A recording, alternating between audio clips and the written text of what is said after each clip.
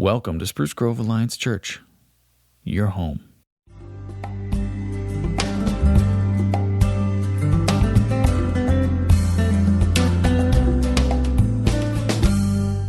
Happy New Year, everyone. Yeah, and what better way to start off the new year than with a church service, right? Yes. Everyone's so excited. I can see it. The excitement's here. I can see everyone had a good night's sleep and that no one's kids made them stay up till midnight. I mean, it kind of looks like youth retreat out here, but with more sleep, so just so you know. And yeah, I'm truly blessed to be here. And yeah, in no way was I given this Sunday to preach because I'm the youth intern. I volunteered for it. I don't know why my hand shot up, but it did. So I guess I chose this day, and I'm glad I did. So yeah, like Pastor Brent said, my name is Lane Seeley, and I am the youth intern here at SGAC.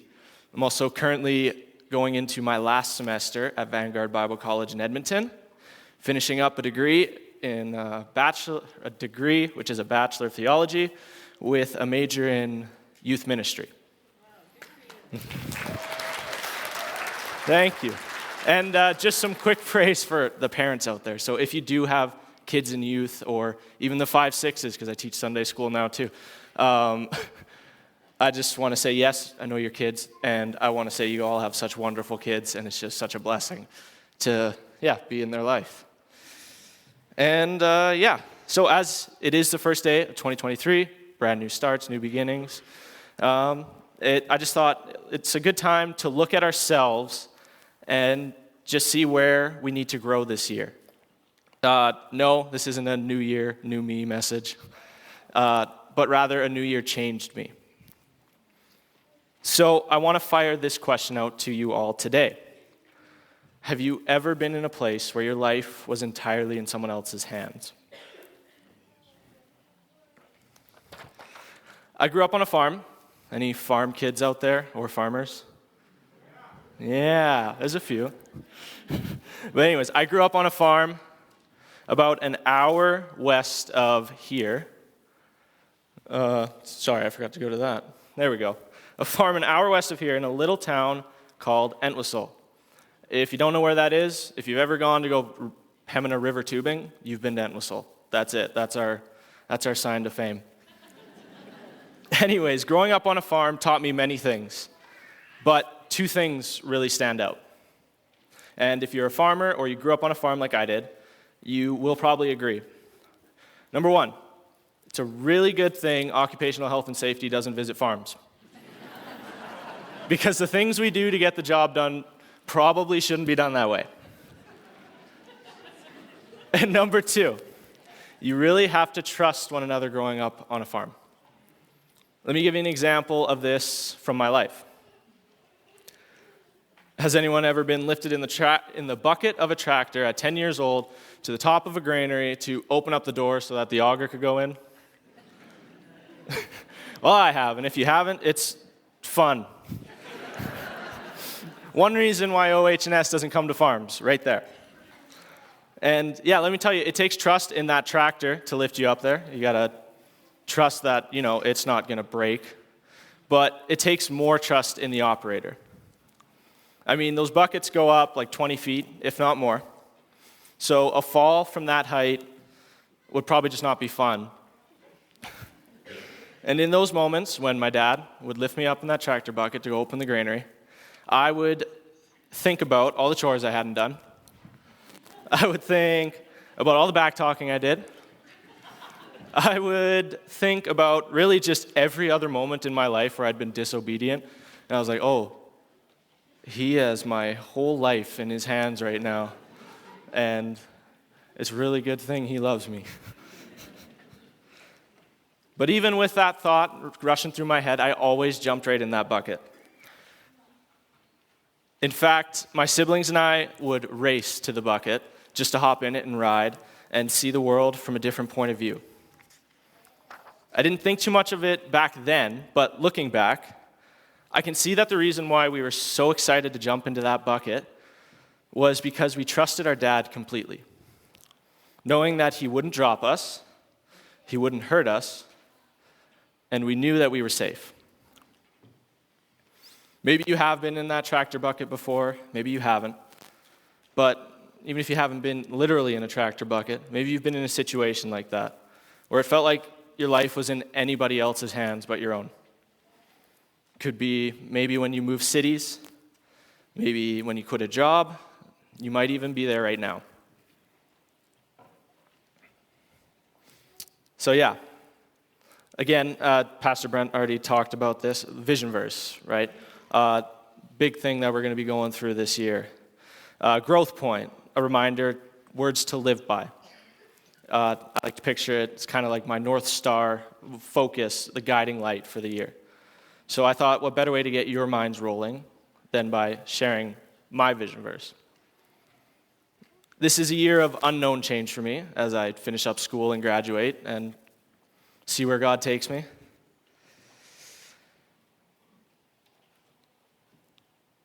Sorry. But yeah, my vision verse for this year is something that will help me grow in trust to God.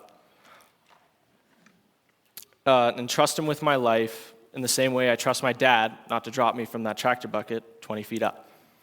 It's Proverbs 3, 5, and 6, which is trust in the Lord with all your heart and do not depend on your own understanding. Seek His will in all you do, and He will show you which path to take. I love it. It's concise. It's right to the point. It's easy to remember. I found out that it's actually tattooed on my brother's forearm after I picked it. But what does this verse mean? What do these verses mean? What does it mean to actually trust in the Lord with all your heart? Is it trusting Him with your safety and trusting that He won't drop you from a tractor bucket? Yes. But it's also more.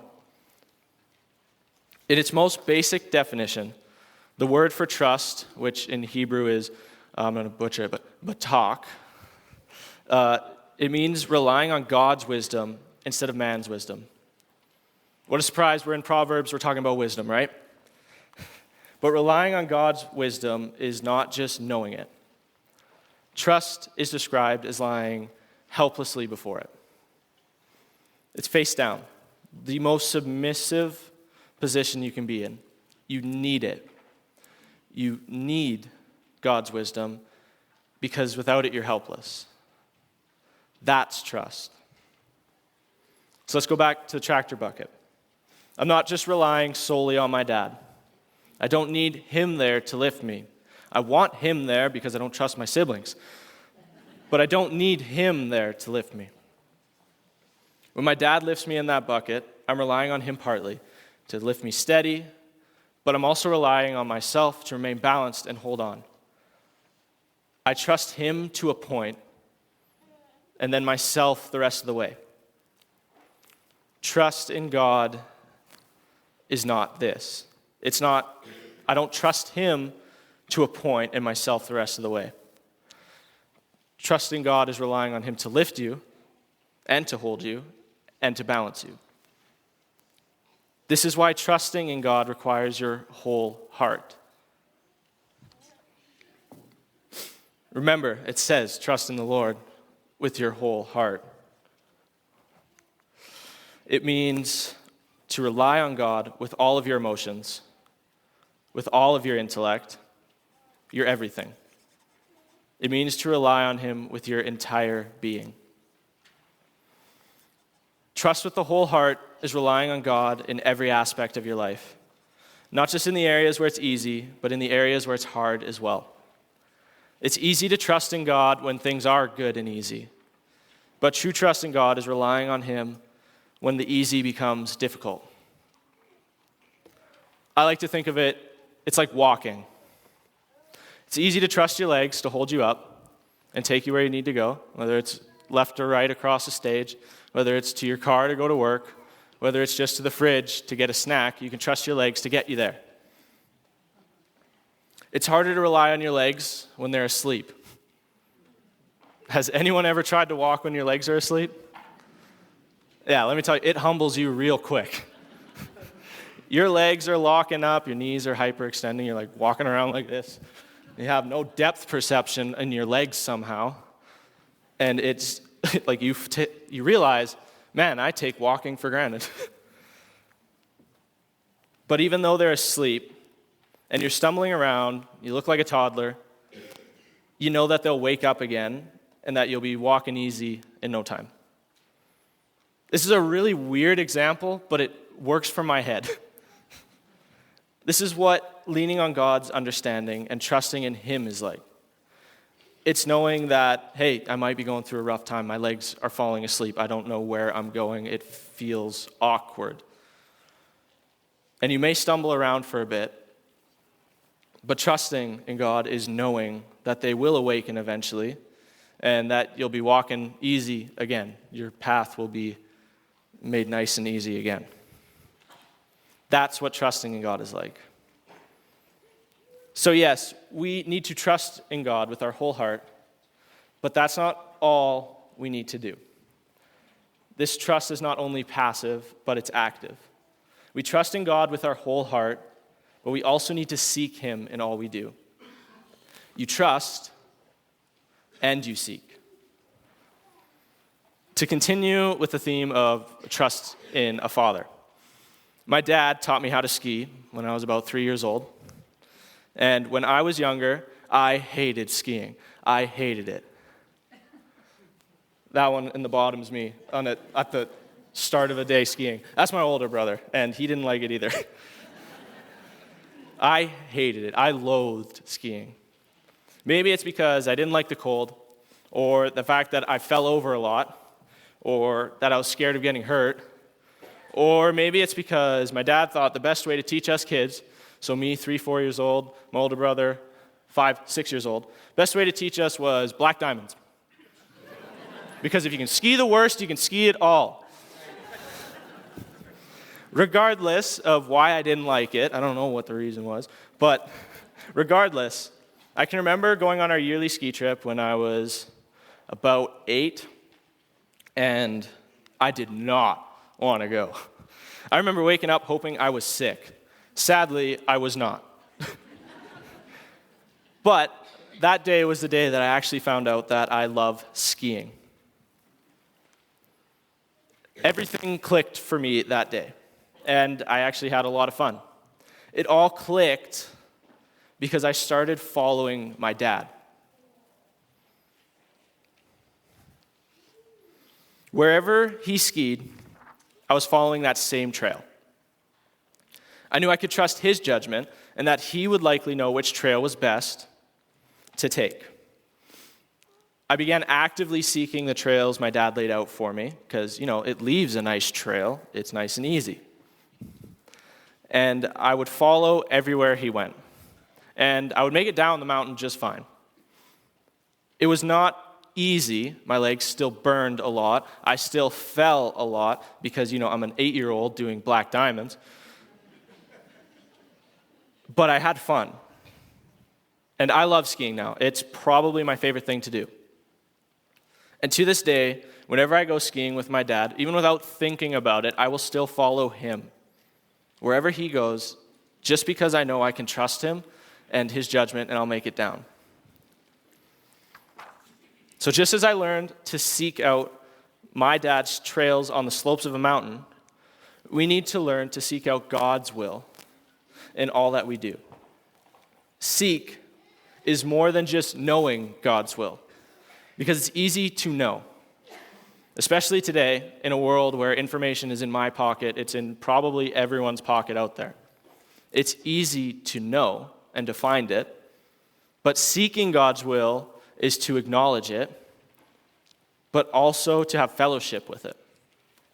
It's the mental awareness of who God is and the consequential submission to his lordship. It is not just knowing. It's knowing and submitting and chasing after and following all at the same time.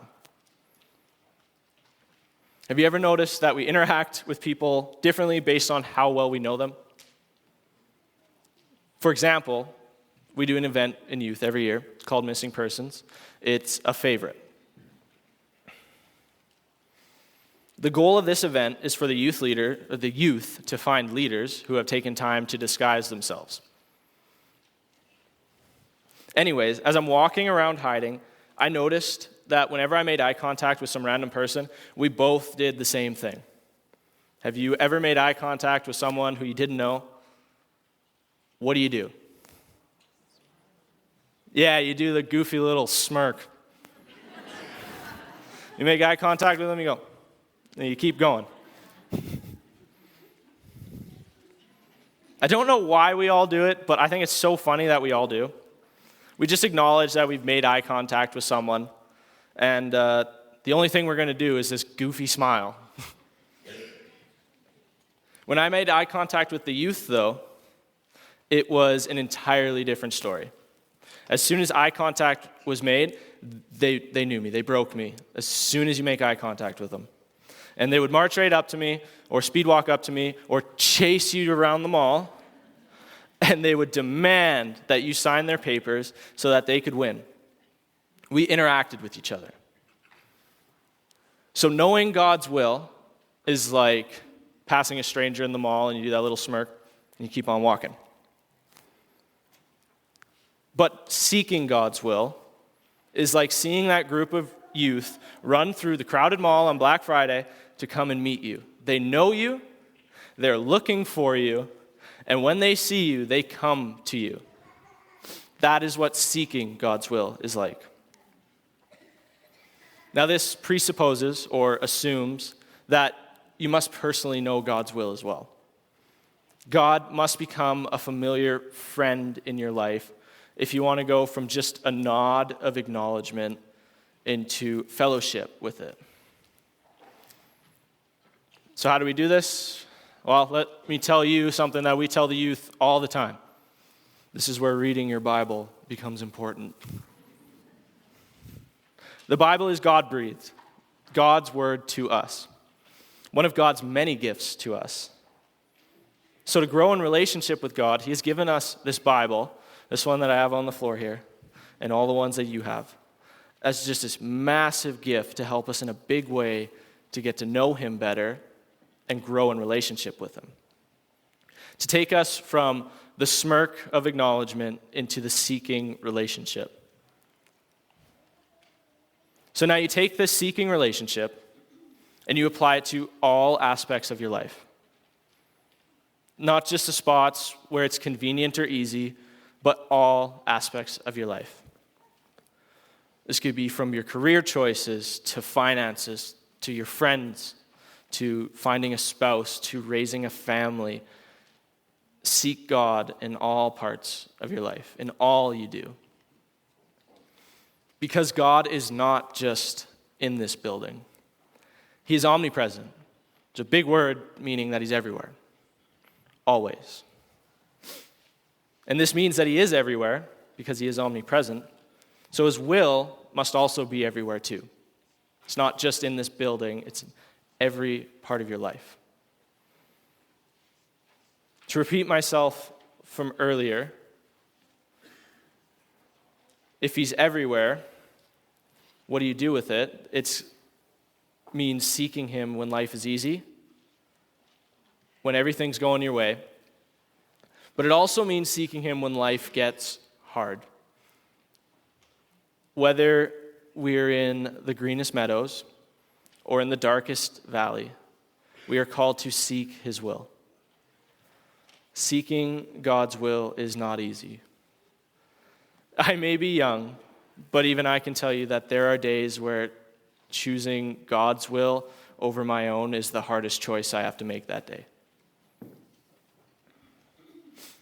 However, as I grow in my relationship with God, as God becomes more present in my life, it becomes a lot easier to seek Him because I know Him. He's not a stranger in the mall. I feel more like a youth kid chasing after a leader that I know. It becomes easier to pick out the little chunks of His will in my daily life. It just becomes easier to spot, oh, that's God working there, and that's God working there, and that's me going the other way because I'm an idiot.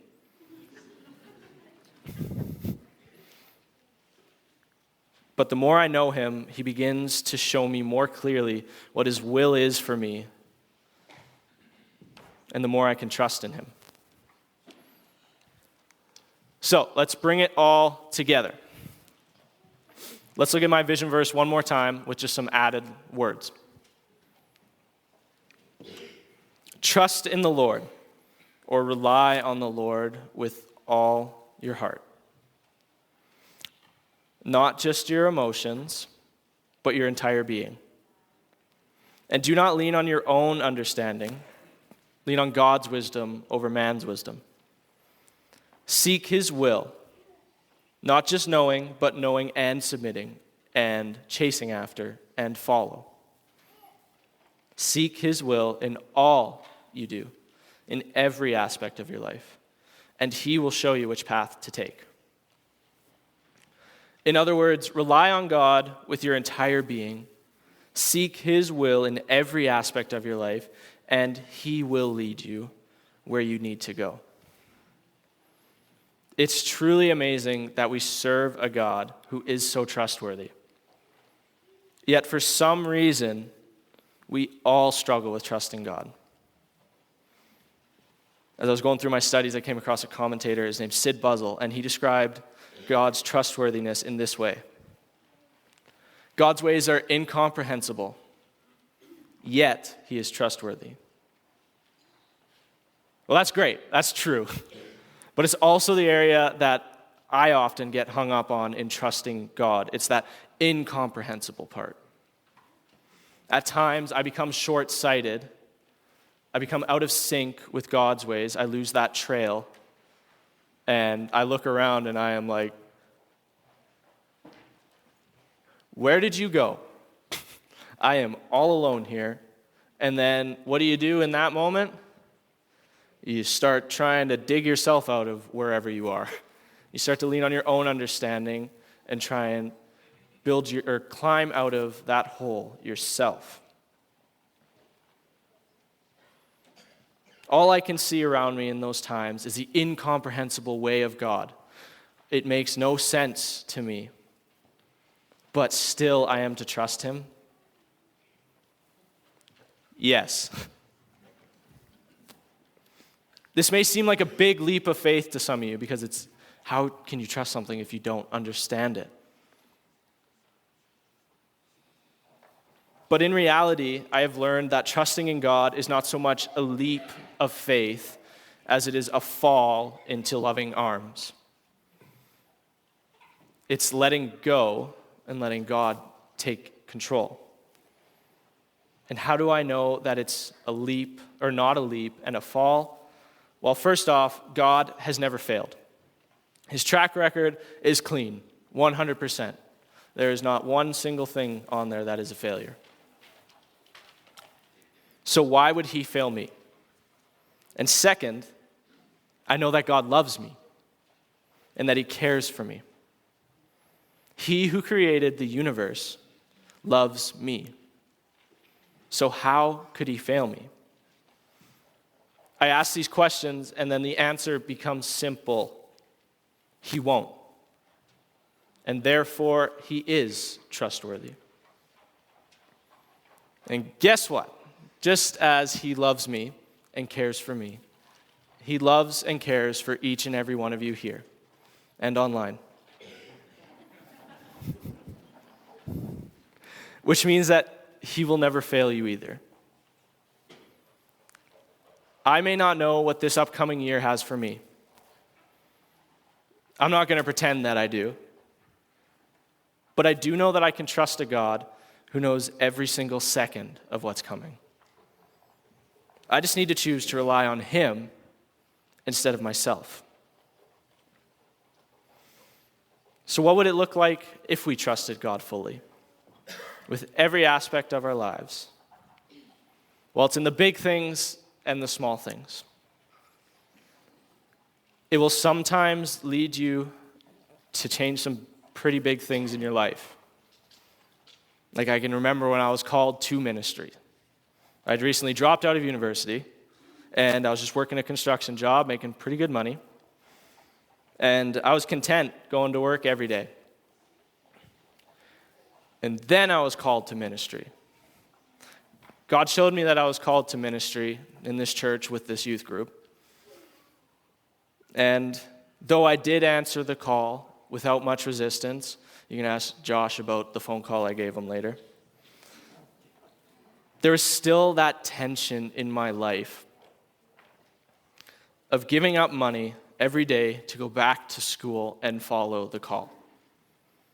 It was a big decision, but it was good. It was a time of tension, and just as that tension was present in the big part, it's also present in the small things. I feel that same tension every time I choose to watch TV for hours instead of spending even 5 minutes in devotion with God. I'm walking on sleeping legs in that moment. I have veered off the trail. But even when I resist that tension to choose God's understanding, and I choose my own, I know that I still haven't lost sight of his path forever. Going into 2023, I know that this tension will be present again. But what I hope to grow in is choosing God's will over my own. That's why Proverbs 3:5-6 is my vision verse for this year. So to close, just 2 questions for you. Do you trust that God has a good plan for you? And are you seeking the trail that he's laid out for you? Thanks for listening to this week's message from Spruce Grove Alliance Church. For more information or to hear past messages, please visit sgac.net.